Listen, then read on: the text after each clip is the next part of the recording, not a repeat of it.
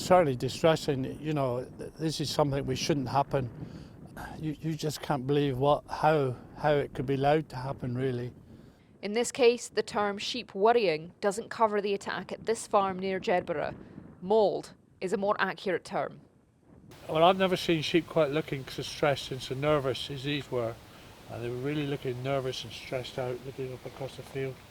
And this isn't as tucked away as some farms are. This is No, quite close to pathways. That's right. There's houses all around. There's houses over there. There's a house up there. There's a house up. I mean, the farm steadings there. You know, this isn't like an isolated field where you might expect a dog attack. This is quite an area where there's a lot of people around. It's distressing for the animals, for the farmers and for the vets as well, that get called in to care for worrying victims, but there's little that can be done. Farmers work incredibly hard to look after their livestock, and the last thing that they want to see when they go out into a field is to see that they've had a load of livestock that have been worried and are incredibly stressed.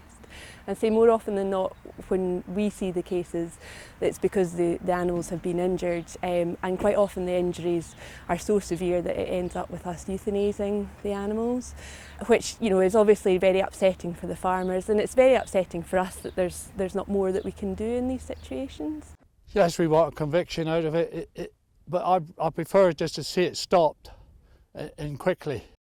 In a statement, Police Scotland say, "We received a report of sheep injured by a dog on a farm near Jedburgh.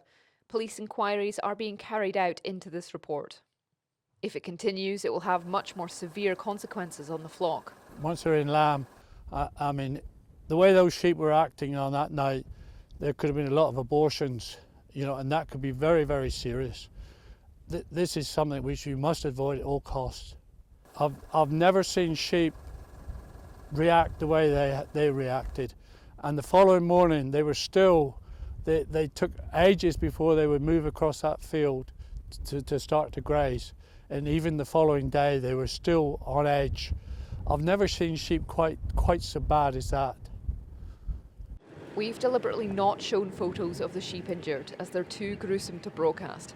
They did have to be put down to ease their suffering, and it's clear farmers want justice. Isla Todd, ITV News, Jedburgh.